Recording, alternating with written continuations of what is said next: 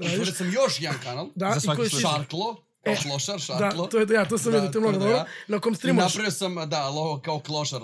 Bukvalno moje S logo sa buraz ono vrećom i ono kapicom klošar. To je iskreno, gledao sam onaj... I to mi je samo za live-ove, da live-ujem svaki dan. Pazi ovo, gledao sam jedan live i upadnem u tačnom momentu kad mi isproziva lik, brate. Šta? Ja sam Andriju tovario jako. Ne, kaže, ovi TikTokovi su sranje, okej, to je već subjektivno mišljenje i tako dalje, nebitno. Ali, neki kažu do jaja, neki kažu, razumeš, ja sad malo menjam alter ego, čas ovako, čas onako, razumeš.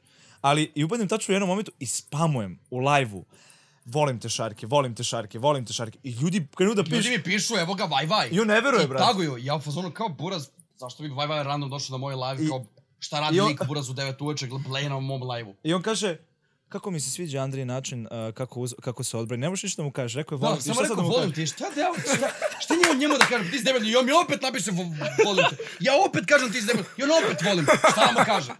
I stavio me za Andrija. Pobedio si, gotovo. I stavio si me za Andrija. I dao sam moderatora na kanalu. Moderatora. Pobedio si. I on sad može da banuje ljude na mom kanalu. A ja ga izbazivo. To nije jedini lik koji je preživao pucanje tvoje zapravo, kao malo skapiram. Još je dobio nagradu, dobio moć.